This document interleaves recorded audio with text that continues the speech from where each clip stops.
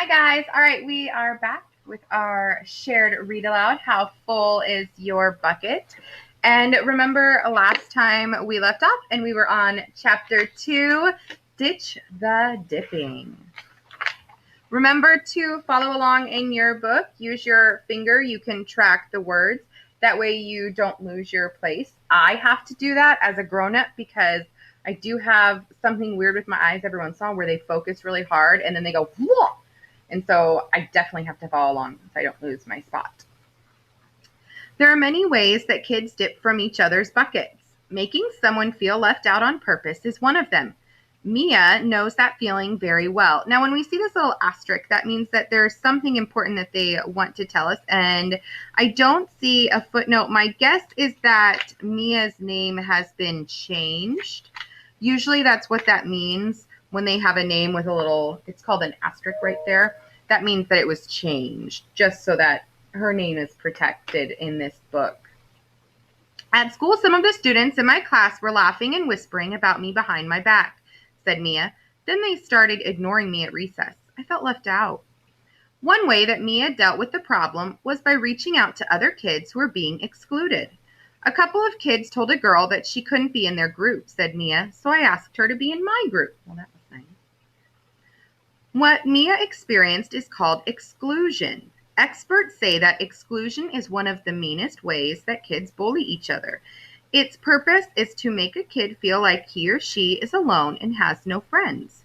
Being left out isn't an issue just for Mia. Studies show that 1 in every 6 kids is purposely excluded at school. Exclusion is one of the top 3 ways kids are bullied. Name-calling and spreading rumors are the other 2.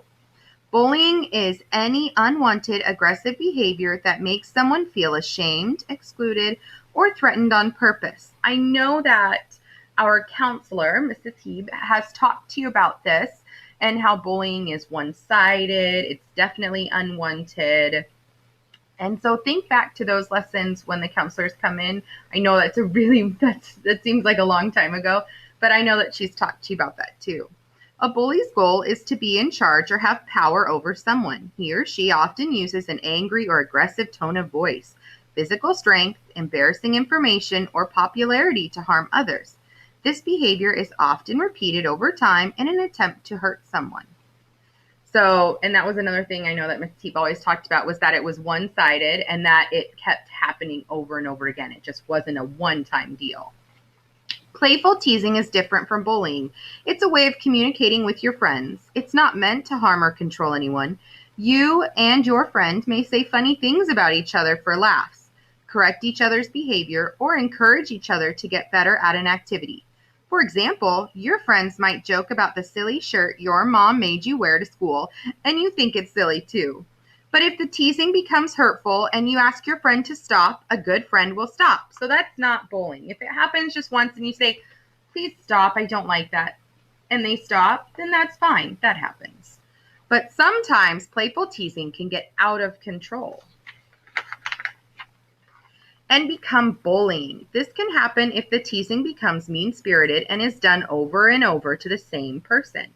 So think before you speak and be mindful of other people's feelings. There's that empathy, thinking of someone else and how they might feel. There's a popular rhyme that goes, sticks and stones may break my bones, but words will never hurt me. But the reality is that words do hurt. Consider your most recent words and actions. Did you purposely try to exclude someone? Poke fun at someone for the way they look or feel, especially in front of others? Brag about an event that you were invited to, but your friend or sibling wasn't? Talk about a friend behind his or her back? This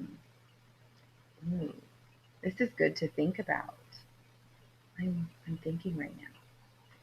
I don't think so. I try to really stop and think and follow that golden rule. Treat others how you want to be treated. But sometimes it's nice to think and just double check myself and make sure I'm not dipping from buckets.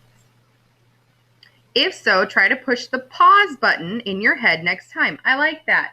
Before you're about to do something, hit pause really quick and go, think about why you did it. Sometimes kids dip from other kids' buckets to try to fill their own. They may be the ones who desperately want to fit in or be recognized. So remember in the book when his bucket was really low and he was really, you could see it on his face, and he wanted everybody to be miserable like him, and he wanted them to trip and fall, and he wanted their buckets to be low. Sometimes when your bucket is low, that's the way you feel. You want other people to kind of be miserable with you. And I get that. I felt that. For example, some kids might boast about their achievements to overshadow someone else's. Or they might point out what another kid is doing wrong to make themselves feel better about their own weaknesses. Once you've successfully taken control of your own bucket dipping, encourage similar changes among those around you. Are your friends always criticizing or mocking others? Do you ever notice them teaming up and group dipping from someone's bucket? The next time you see bucket dipping in progress, do something about it. Be the kid who builds up other kids instead of tearing them down. I like that. And I would just say, instead of kid, I would even say person. Just be the person who builds up other people instead of tearing them down. That's something that could really work for some grown-ups too. I like that. I underlined and started. Be the kid who cheers other kids on instead of one-upping them. So that means like if they say, hey, I just got second place in my basketball match or tournament, and you go, well, last year I got first in my tournament. And then that's kind of like one-upping them, like, oh, I'm doing better than you. And sometimes you just need to go, that's really great. And then just wait to share your news later so they can have a moment. Speak up and fill someone's bucket instead. I like that. And like I said, I would change that to people. Be the people who builds other people up and be the person who cheers other people on. I like that. Okay, we're going to stop because I'm thinking that this and some of the fill it in stuff we'll save for next time.